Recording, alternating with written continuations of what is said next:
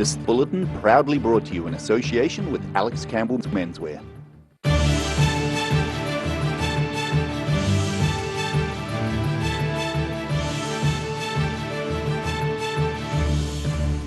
Tonight on The South Today, the government cuts fuel taxes and public transport fares to try and help Kiwis.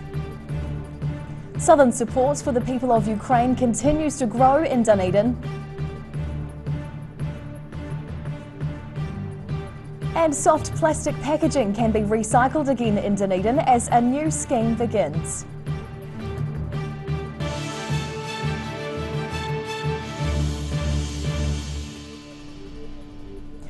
Kia ora, good evening, I'm Hannah Wilkins.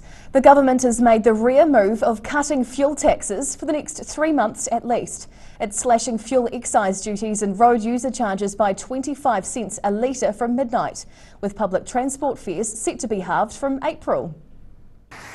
A move to try and limit the hit to motorists and consumers. Fuel prices have jumped dramatically in recent weeks, with Russia's war in Ukraine the biggest influence.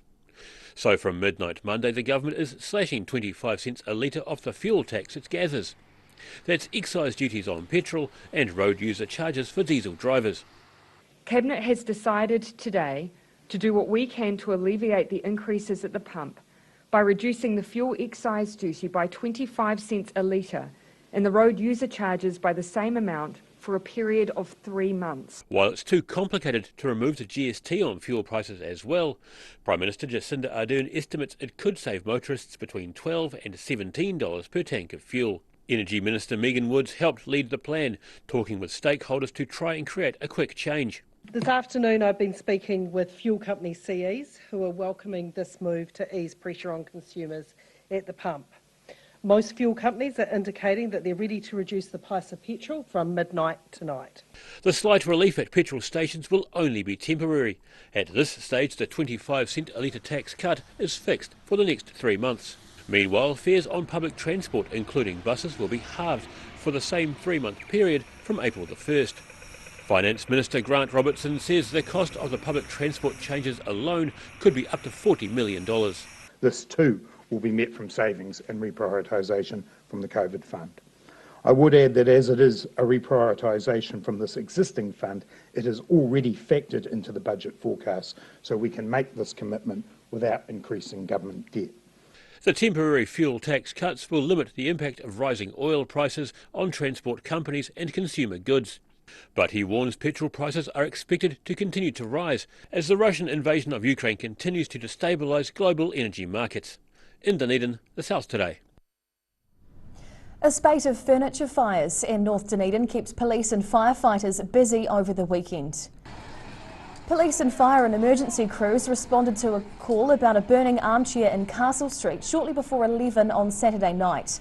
A large crowd of young people had surrounded the fire in the middle of the street. Crews were able to extinguish the flames quickly and disperse the onlookers. Another couch was set on fire about half an hour later, but quickly put out. No one was injured or arrested at either fire. A fire crew was also called to a couch fire at a flat on the corner of Howe and Castle Streets around 3:30 a.m. yesterday. The Russian invasion of Ukraine is into its 3rd week. Some parts of the country have fallen. However, many Ukrainians are continuing to fight back. On Saturday, a large group of Ukrainian and Russian citizens joined together in central Dunedin alongside civic leaders and academics, all condemning the invasion. 3 weeks into the Russian invasion of Ukraine, a growing number of Dunedin people are showing their opposition to Vladimir Putin's war. 2 young Russian nationals who live in Dunedin have been attending gatherings since the first one last month. Stepan Belusov says he felt compelled to show support. Because I cannot just say that I am neutral or that I support the Russian government. I think those actions, they're against humanity, they're killing innocent people. So yeah, it's just impossible to not to say your opinion. He feels lucky to be able to protest in Dunedin, knowing when his country folk do the same at home, they face arrest or worse. Olha Vyasenko is one of the protest organisers. Her mother and mother-in-law have survived the first 3 weeks of bombing in Kiev, and she's happy to be able to share some good news from home. Our moms, my mom and my mother-in-law, they're in Poland now and waiting for the New Zealand government decision about visas and about opportunities to bring our families here. I hope it wouldn't take long because they cannot stay there. They just living in a house of kind people whom we never saw before. They just decided to host them and to care about them. Vaisenko says her and her husband Alexei are talking with various New Zealand government departments to try and get their mothers to Dunedin. Speaking at the rally on behalf of Dunedin City Council, Marie-Lau Fiso says the council needs to have some solid conversations but has a fairly good track record with refugees. I think in terms of preparing to welcome Ukrainian refugees, we should have some really good talks about what that means, because we've got no idea. And from our limited perspective, it's important that I believe that mana whenua and tangata whenua are involved in that discussion and in that project, in that approach. Saturday's peaceful gathering began at noon with around 80 people coming and going to show solidarity with the people of Ukraine. In Dunedin, the South Today. Plans to build a new cable stay bridge in Gore are up in the air after the Environment Court overturned resource consent to build the structure. The almost $4 million bridge was to carry water pipes as well as provide pedestrian and cycle access across the Matoda River. The Gore District Council was granted resource consent last April, but a group called the Waimea Landscape Preservation Society appealed the decision. The Environment Court found a lack of evidence that the council had considered alternative sites for the bridge, with one landscape architect identifying significant visual effects. Gore Mayor Tracy Hicks says he's disappointed by the decision, with the council set to seek legal advice before making a decision on its next moves. The government has announced plans to revamp the country's recycling systems. It wants to standardise curbside recycling across New Zealand and introduce a mandatory drink container return scheme. Meanwhile, soft plastic recycling has returned to Dunedin after a 3-year hiatus, with local businesses working together to reduce the amount of waste going to landfill. The hard word on soft plastics. Recycling plastic wrappings and bags was previously possible in Dunedin, but the service was dropped after difficulties in finding places to take the product. However, the Packaging Forum's been working with local businesses to get the scheme back up and running, with southern supermarkets keen to be on board.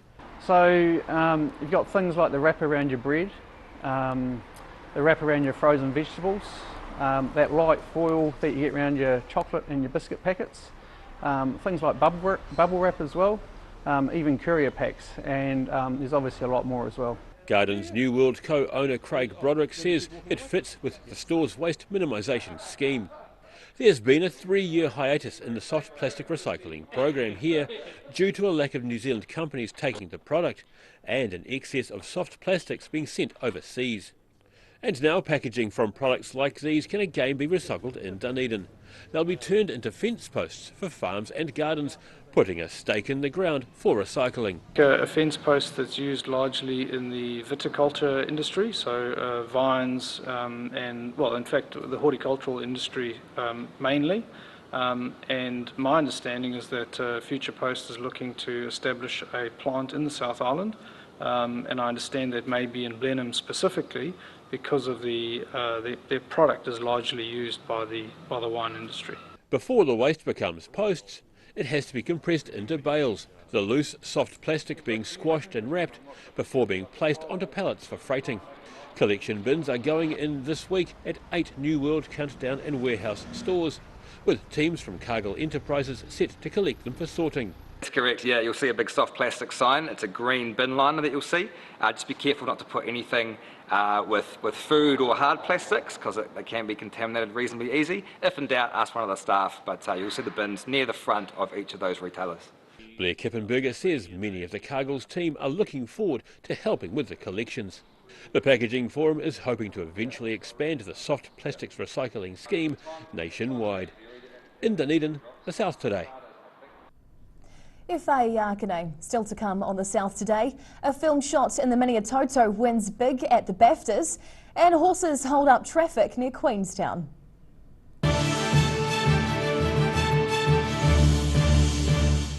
Inside are all sorts of innovations from all over China.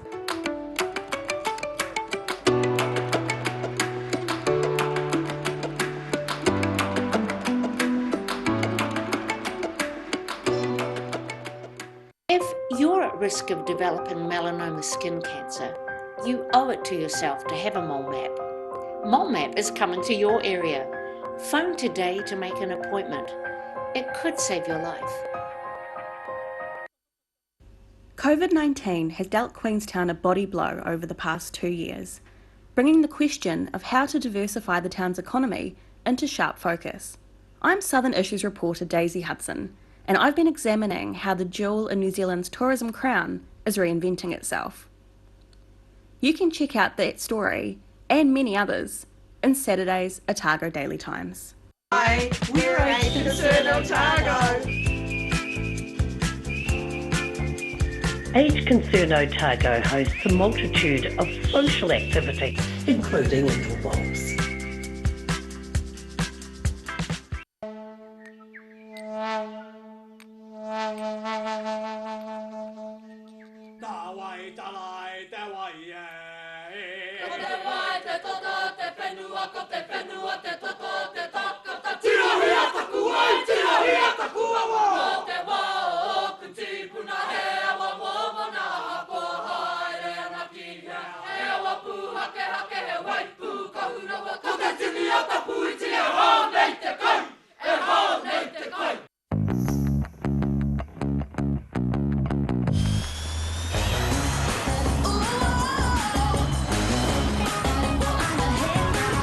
Spark your joy with Jazz, the next generation from Honda. My mate John's a real armchair warrior, because he's fighting high-priced lounge furniture. He's taken 25% off all lounge, all 25% off. And my mate John. Every day the team at Gillian's supports grieving families at their time of need, from answering your questions to organising a farewell that reflects the wishes of your loved one. We can help. Call Gillian's today.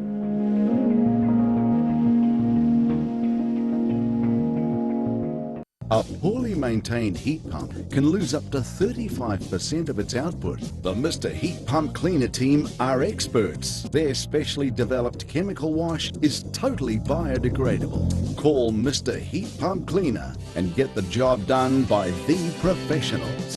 Hi there, guess who? You recognise the eyes? Oh, okay, it's a haircut. Anyway, it's Lindsay here from Campbell's Menswear. Our 3 stores are carrying on as usual. Despite what's happening in the world, we have got some great stock for you. Personally, I've spent 50 years in this business and we have some excellent supplier relationships. We've got great stock, it's hand-picked, it's here, it's on time, and it's ready for this great summer. Alex Campbell Menswear, it fits. So, as my favourite cup says, keep calm and carry on.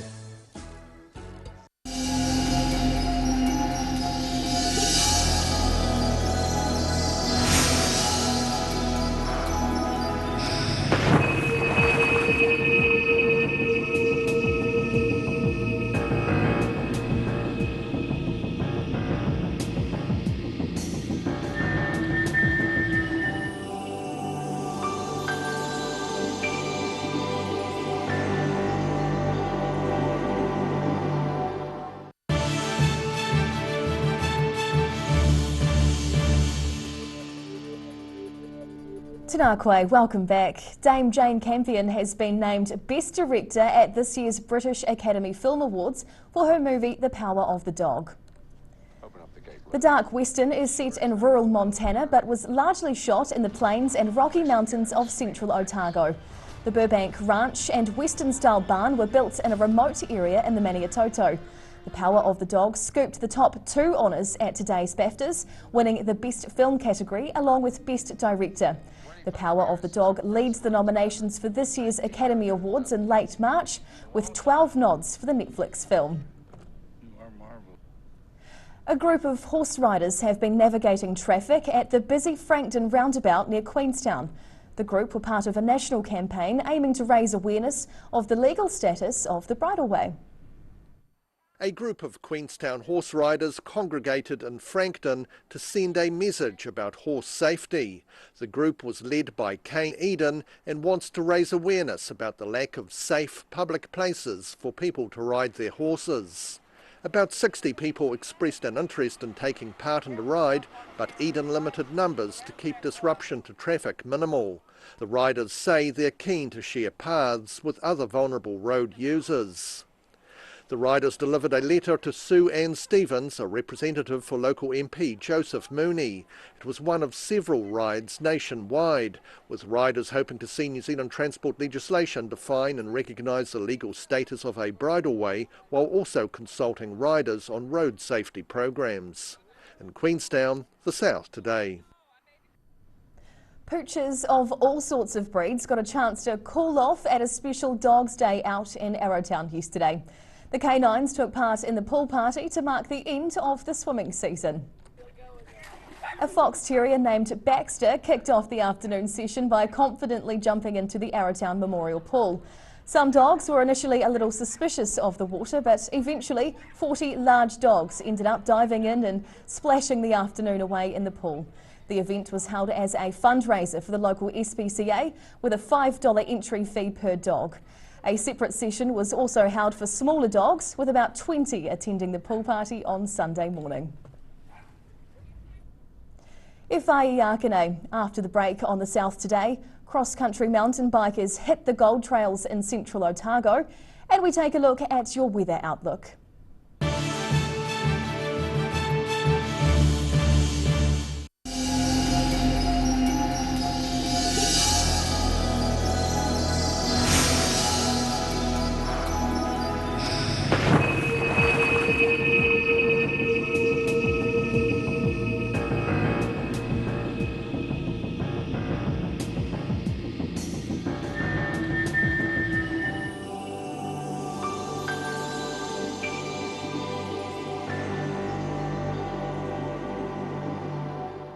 If you're at risk of developing melanoma skin cancer, you owe it to yourself to have a mole map. Mole map is coming to your area. Phone today to make an appointment. It could save your life. Every reason, every season, we're proud to dress the region. Alex Campbell menswear, it fits. Livingwell Disability Resource Centre, a not-for-profit charitable organisation and your one-stop shop for information and resources to help you retain independence. We offer a wide range of assistive products from jar openers to mobility scooters and provide assessments for Total Mobility, the half-price taxi scheme. Come and see the friendly team. You'll find us on the corner of George and Bath Streets, ground floor of Burns House. My mate John's a real armchair warrior, because he's fighting high-priced lounge furniture. He's taken 25% off all lounge. Lounge suites, armchairs, two-seaters, three-seater recliners, corner suites, shades, sofa beds, lifted chairs and more. All 25% off. Plus pay it off over 24 months interest-free. This weekend at John's Furniture Warehouse, Stafford Street, and online. Get that furniture from Stafford Street. And my mate John.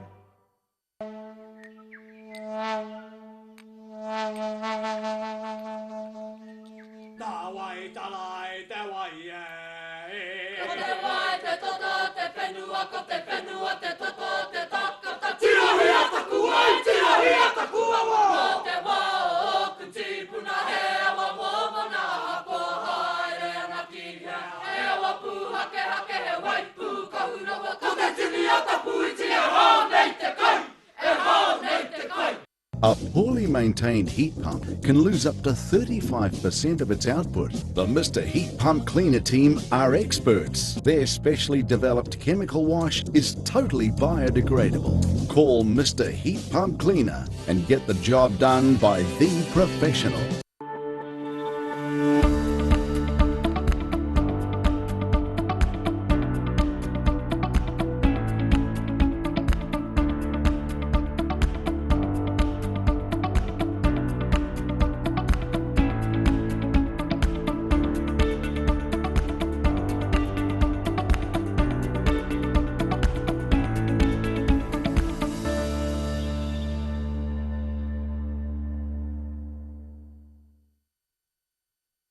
Hi, my name's Matt and I'm the Dines Group CEO. Dines is a company that's focused on selling logistics solutions to its customers. We're passionate about selling efficiency and we've been selling efficiency for over 50 years now.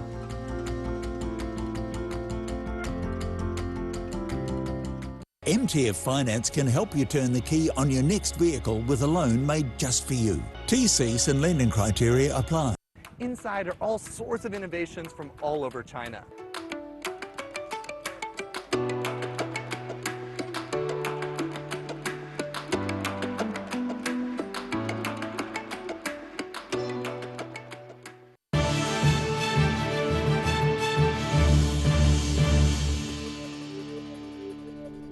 Tanakwe, welcome back. Cross-country mountain bike riders converged on Alexandra over the weekend for a gruelling three-stage race. Called the Prospector, it follows some of the rugged tracks that traverse the historic gold mining landscape of central Otago.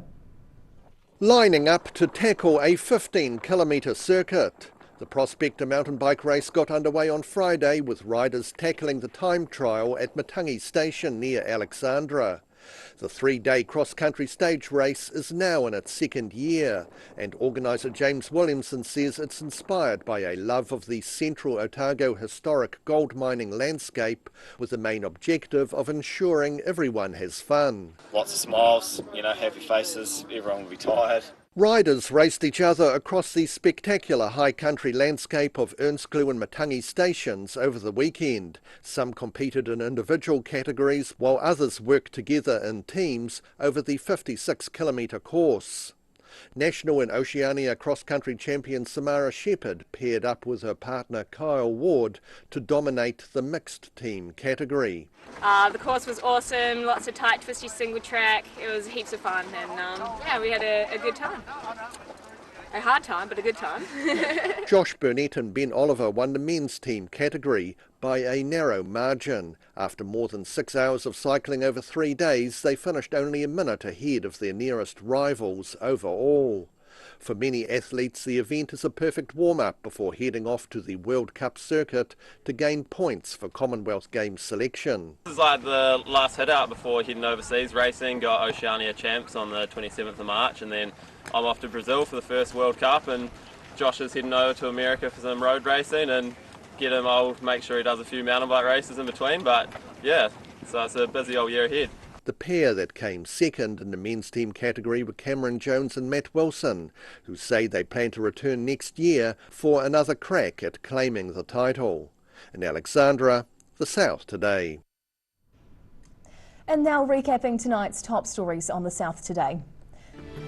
The government's cutting fuel taxes by 25 cents a litre for 3 months, with public transport fares set to be halved.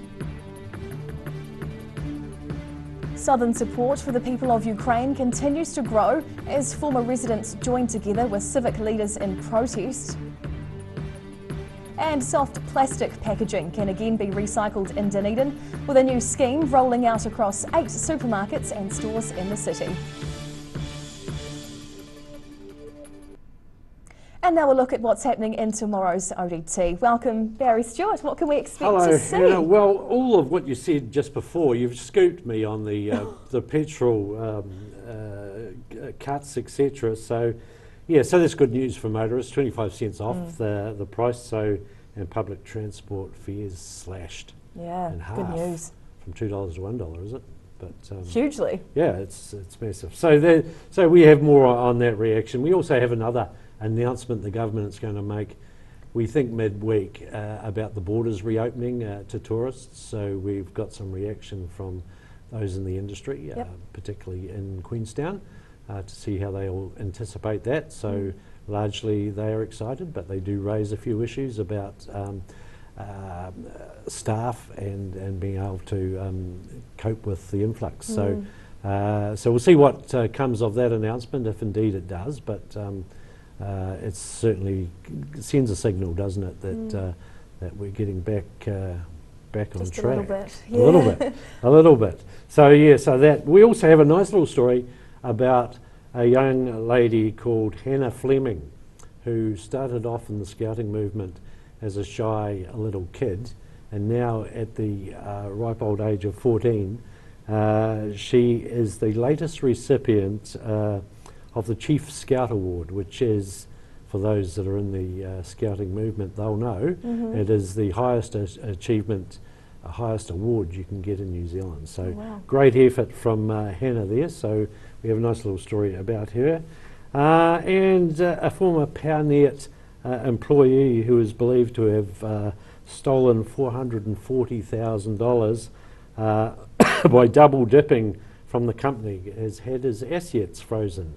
So a court story there, so more on that in the paper tomorrow. I'll look forward to all those stories and more in the paper tomorrow, Barry, Indeed. especially Hannah's story. That seems wonderful. Yes, exactly.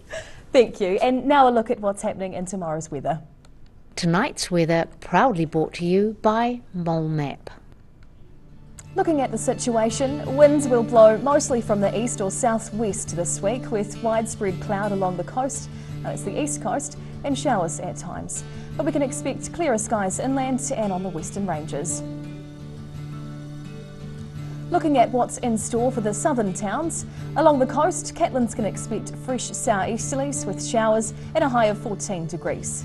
Further inland, Balclutha, Lumsden and Gore are all in for light southeasterlies with some cloud and highs of 14 or 15.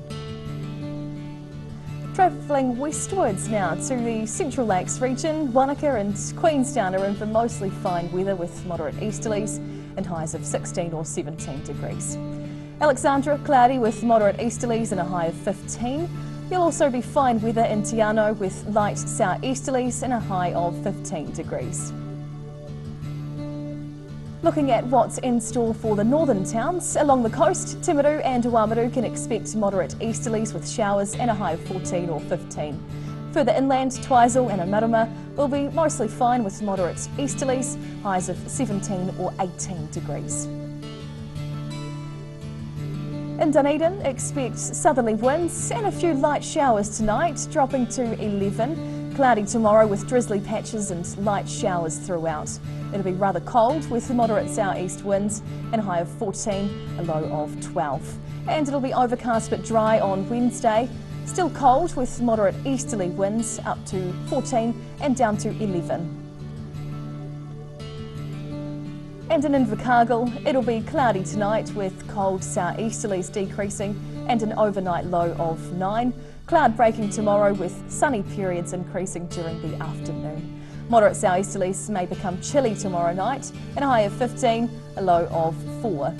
Fine for Wednesday, sunny with scattered clouds and light easterly winds. It'll be milder by day and cold at night, a high of 16 and a low of 5 degrees. That's the news this Monday. For the latest news and videos from the southern region, head online to odt.co.nz. And you can follow Channel 39 on YouTube to catch our news bulletins on demand. Nō reira, kia pai te po, ka kite anō.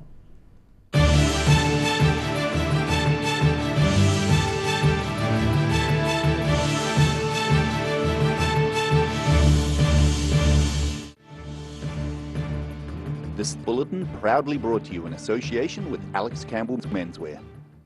Public interest journalism funded through New Zealand On Air.